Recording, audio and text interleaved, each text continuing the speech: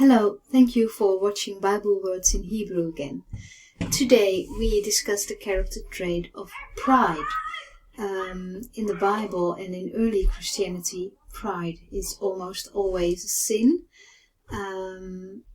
Nowadays in our culture it's like a positive thing, but we discuss it as something that must be avoided. Pride in the wrong things, pride in oneself must be avoided. Pride is the opposite of humility, and humility is not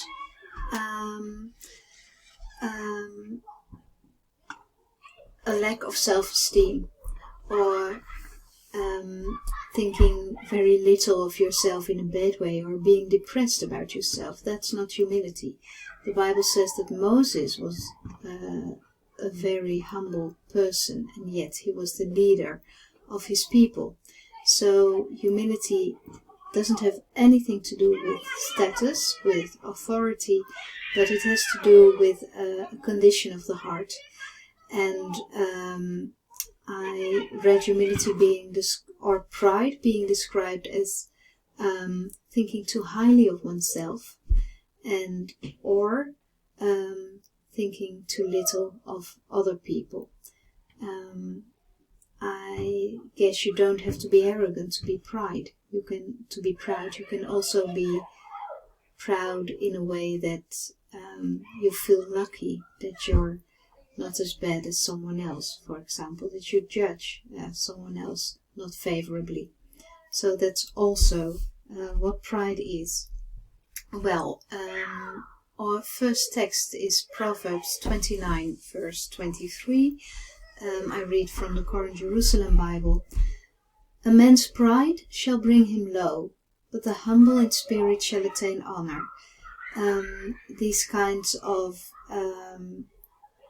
this on one side and that on the other side. I can't figure out the word, sorry. But this is a way of speaking that we see in Proverbs very often. On the one hand, the proud man shall be brought low, and the humble man shall attain honor. So the proud man seeks honor, and he doesn't get it. And the humble man does not seek his own honor, but he attains it. The word for pride that we're looking at today is ga'ava, Gimel Aleph Vav He, and it's one of more words for pride that the Hebrew Bible has, but well, for this study I took this one. In our verse it doesn't end with He but with Tav, and the Tav connects the word to the following word. So it says Ga'avat Adam, the pride of man. So that's what it is. And of course the pride of man was the very first sin. Man fell for the temptation to be like God. And well, we could say that humbleness or humility is therefore maybe the first virtue, the first good midah, maybe.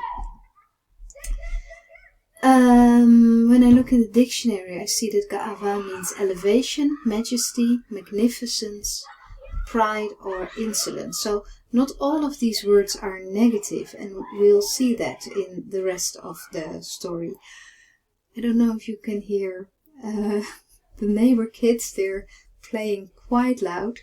The day that I'm filming this in the Netherlands, school holidays are almost over, and children are getting louder by the day, I guess. But well, at least they're playing outside, so that's a good thing.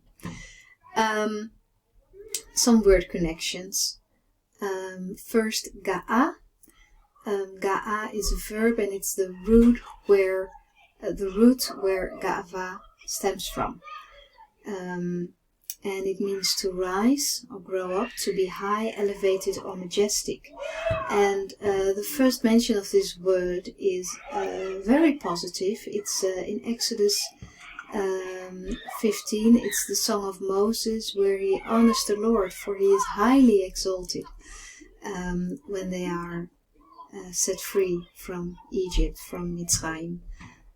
So first mention very positive. The same goes for Gaon, which means swelling, highness, excellence, majesty, splendor, glory, pride, or haughtiness. So beautiful meanings and less beautiful meanings.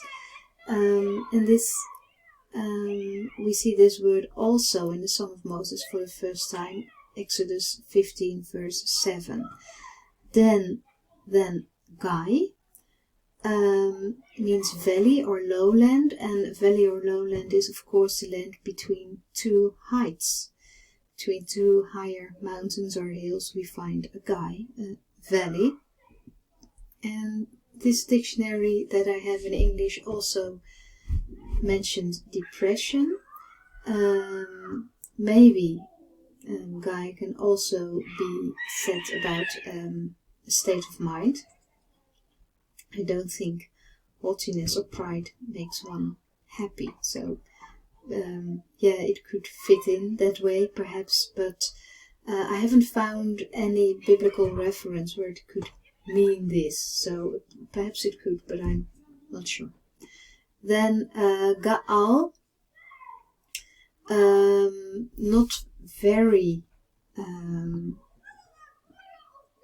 it's not a word that comes from the same root, but it has two letters that are the same as our word, and then we may suspect a connection between the words, or at least something in the meaning of the words that can be brought together. So Gaal means to redeem, to ransom, to release, or to deliver. And the first mention is Genesis 48 verse 16, where Jacob praises his God for redeeming him from evil. And I think as pride is so deep in our characters, it's really rooted in our lives. When you start working on pride or on humility, at least that's what I experience. It's saddening. It's so something that is so deep in our hearts, and that is so hard to get rid of. And maybe we don't get rid of it completely, but we need to be redeemed from this pride, and we need to learn to walk in humility. And Jacob praised the God who had redeemed him. So getting rid of pride, walking in humbleness. Also, we need to know that we don't have to do it ourselves. We cannot do it ourselves. We need help from our strong God. And for you who are Christians, not everyone who watches is a Christian, I suppose, but I heard about this book and I'm reading it now. It's Humility, written by Andrew Murray. And I think it's a great book about humility, but almost all of his texts are from the New Testament. So if that is no concern to you, then you can read it. But if you don't want to, of course you don't have to. But for people that do not object to the New Testament, this is a great book, I think. The different characters of Ga'ava. First, Gimel, numerical value is 3, means camel, means also weaning, growing up. And moving on to your own or your free existence, like Abraham did when God called him to be on your own, and to move, maybe go away from a place that's no longer good for you. Aleph, numerical value 1, means firstling, first one, pioneer, or leader of cows. And I want to say that again. To be a leader is not contradictory to being humble. Especially leaders, firstlings, need humbleness because they did not call themselves. Vav, numerical value of 6, means hook. It's a connecting item. It's the symbol of man, because man's job is to, with thanksgiving, connect heaven and earth. And the Vav is also a letter in the 4-letter name of God. But of course, man can choose to not connect to God and try to find his own purpose without God, without God's calling for his life. And I think that is what we call pride. Then the He, numerical value of 5, means opening up a window. Hineni is a very famous word in Hebrew, and it is the answer that God longs for when he calls us. Where are you? And Shmuel, in the little boy in the tabernacle, he said, Hineni, here I am.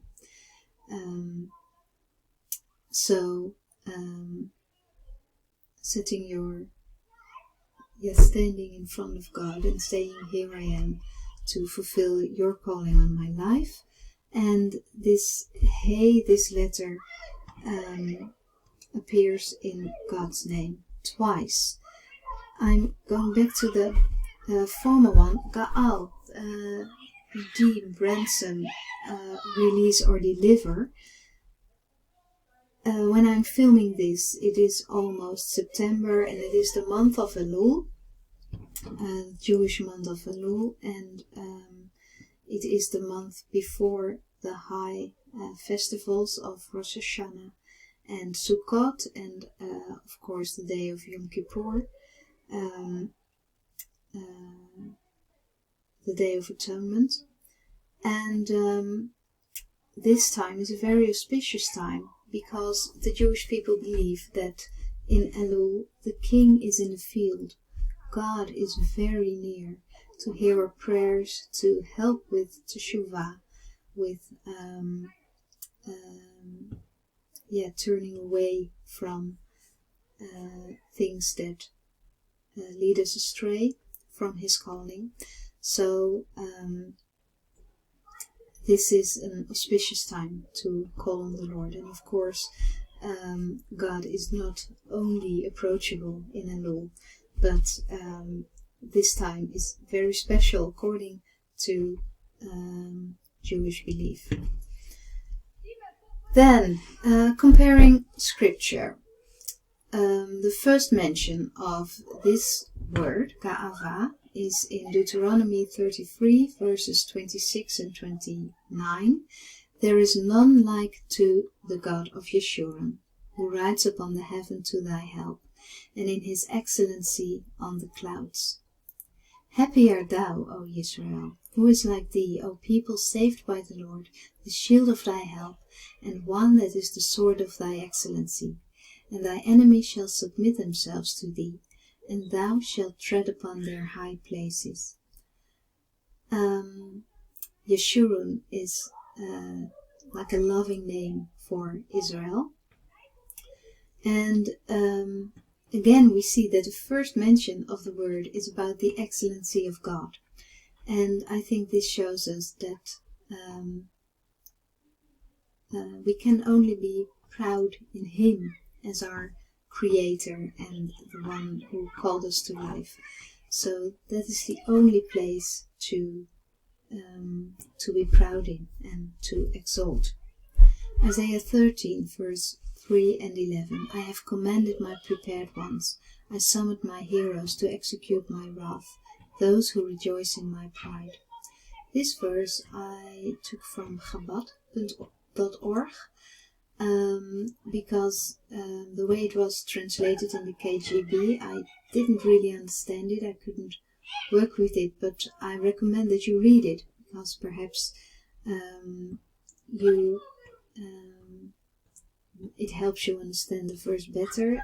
This is a verse that is very hard to translate, but we can say that again, this is about people who place their pride in God and not in themselves.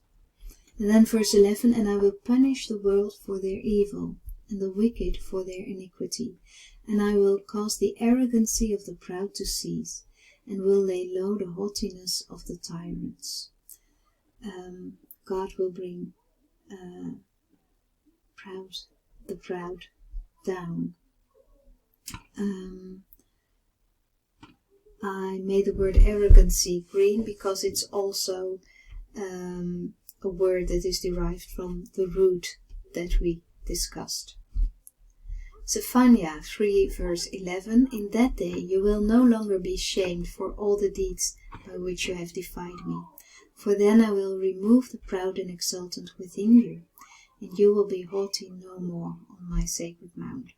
So this is about redemption of pride and haughtiness. And I read about this verse on Chabad.org, and it said that the reason why people will no longer be ashamed for all the deeds that the bad things that they did, is because the punishment has already been enough in that day.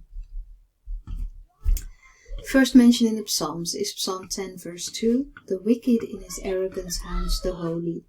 May they be caught in the schemes they devise. Lowly can also be translated as humble.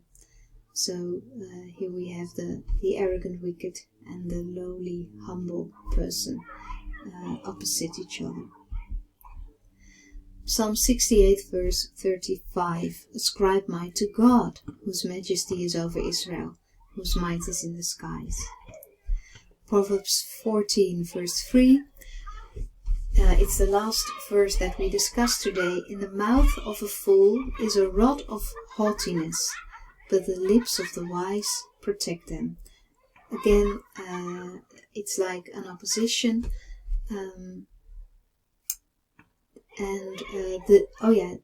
Them that are protected by the lips of the wise are the wise. So the lips of the wise protect the wise. When you don't speak haughty, but when you are wise in the way you speak of yourself and maybe speak a little less, then your lips protect you. This is a book that helped me learn Hebrew. It's very it's a beautiful way to learn the Hebrew language. It helps you to see the beauty of this language, and it also is a great first start to start doing Bible studies the way that this Bible study went. With this book you can learn this. And this is my last sheet. That's it for today, except I wanted to show you one more thing. I hope I can pull it off. Yes, here I have it. The Jules Isaac Stichting, it's a Dutch-based foundation, Jules Isaac Foundation. It also has a website in English, and why am I telling you about this? I got in contact with these people, and they are very much working against Christian arrogance, Christian haughtiness. That is, they are working or promoting the development of a theology which will be truly free of supersessionism. And supersessionism, of course, has had terrible, really terrible results in Europe. So, yes, I just wanted to show you this. Well, that's it for this week. I hope you enjoyed the video, and maybe you want to take a look at my website to learn more. Feel free to do that. You can send me an email and then I will give you a heads up with every new video that I make. Thank you for watching, and have a very good week.